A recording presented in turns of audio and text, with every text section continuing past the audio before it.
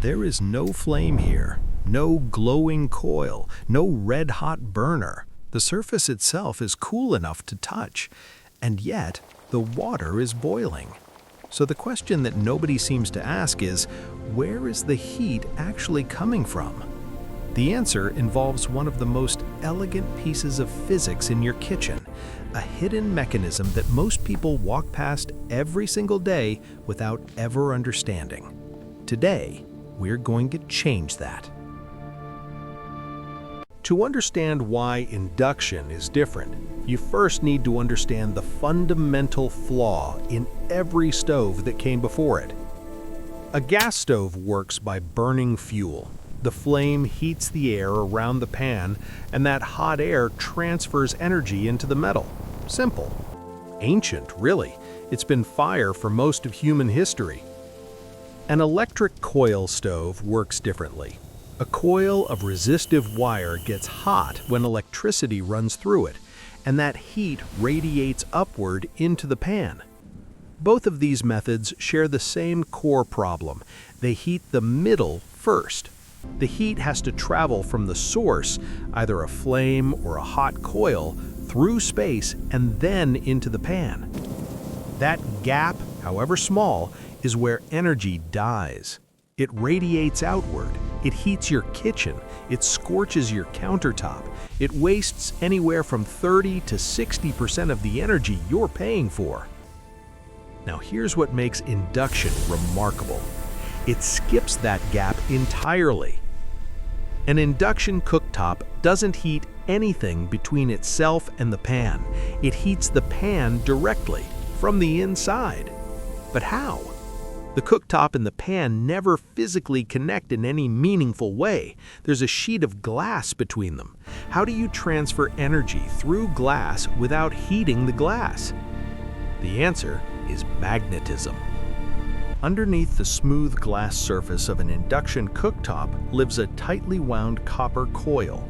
When you turn on the burner, high-frequency alternating current, typically oscillating between 20,000 and 100,000 times per second, flows through that coil. Now here's where physics gets interesting. Anytime electrical current flows through a wire, it creates a magnetic field around it. You can visualize this as invisible field lines radiating outward from the coil in all directions, including upward, straight through the glass surface and into whatever is sitting on top of it. But this isn't just any magnetic field. Because the current is alternating, constantly reversing direction, the magnetic field is constantly changing. It pulses, it breathes. Tens of thousands of times per second, it collapses and rebuilds and collapses again. And here is the key principle. A changing magnetic field passing through a conductive material generates electrical current inside that material. This is called electromagnetic induction. It was discovered by Michael Faraday in 1831, and it is the same principle behind every electric generator, every transformer, and every wireless charger on the planet. In your induction cooktop, the changing magnetic field passes through the base of your metal pan and induces its own circulating electrical currents inside the metal. These are called eddy currents. Eddy currents are loops of electricity with nowhere to go. They're trapped inside the pan, circulating through the metal.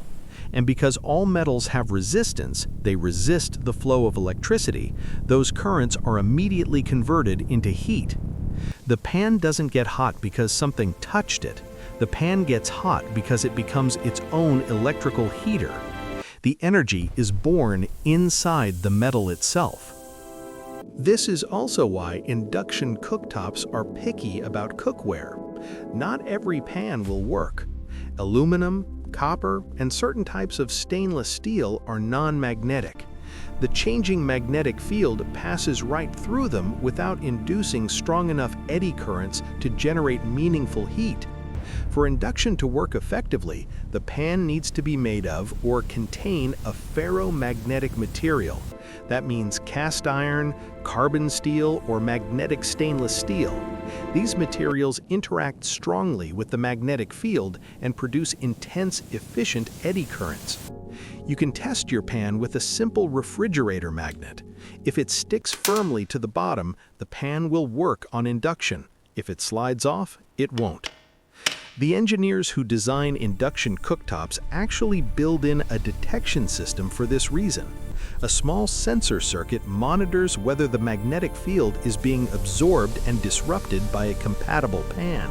If you place a non-magnetic object, or even just your hand on the surface, the cooktop detects no resistance in the field, and it shuts the coil down. This is part of why induction surfaces stay so remarkably cool to the touch. If there's no pan, there's essentially no heat generated anywhere. Now, a coil running on household current doesn't naturally produce 20,000 oscillations per second. Your wall outlet delivers 60 Hz in the United States, 60 cycles per second. That's nowhere near fast enough to drive efficient induction heating. So between the wall and the coil sits a sophisticated power electronics circuit.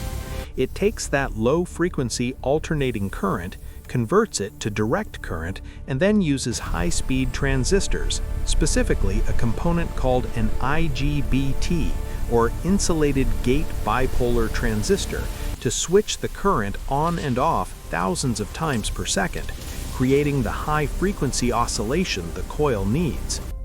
The speed of this switching is also how the cooktop controls heat output. When you turn down the temperature, the control board doesn't just reduce the current, it regulates how often power pulses are sent to the coil. At lower settings, the coil is active for shorter bursts with gaps in between. At full power, it runs almost continuously. This is why if you ever listen closely to an induction cooktop at lower settings, you might hear a faint clicking or humming. That's the transistors cycling on and off, the sound of the electronics throttling the heat in real time. All of this engineering adds up to something genuinely impressive in terms of efficiency. A typical gas stove converts about 40% of its energy into useful cooking heat. An electric coil stove does better, roughly 74%. But an induction cooktop can achieve 84 to 90% efficiency because almost no energy is wasted heating the surrounding air or the glass surface. Think about what that means practically. If you're boiling water, an induction cooktop can get you there roughly 50% faster than a gas stove. And because the surface never gets hot on its own, only the pan heats up, spills don't bake onto the glass. You can wipe them off immediately. You can even lay a piece of paper on the surface next to a boiling pot and it won't scorch. The precision is equally remarkable because the coil responds to control signals in milliseconds. Temperature adjustments happen almost instantaneously.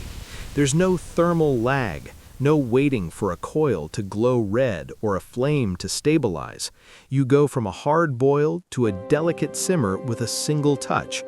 This is why professional kitchens are increasingly replacing gas with induction, not for the aesthetics, but for the control. But induction isn't without compromise, and no honest explanation would skip this part.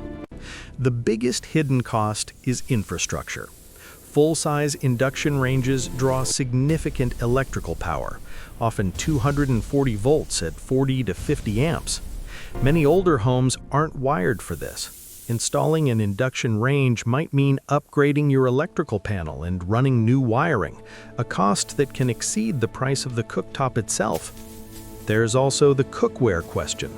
If you've built a collection of aluminum or copper pots over the years, switching to induction means replacing them. Good ferromagnetic cookware is excellent. Cast iron and carbon steel are beloved by serious cooks, but the upfront transition isn't free.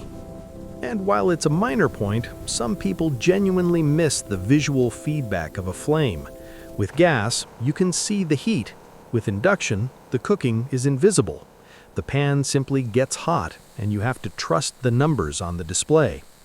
These are real trade-offs, but for most people, most of the time, the efficiency, speed, and safety advantages outweigh them. What looks like a simple, flat piece of black glass is actually a window into over a century of physics and engineering.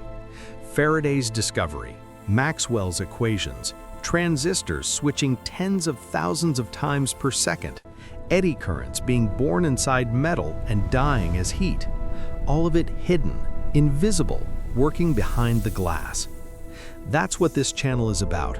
Not the surface of things, the mechanism underneath. If you want to understand more hidden systems, the ones nobody explains, subscribe and stay curious.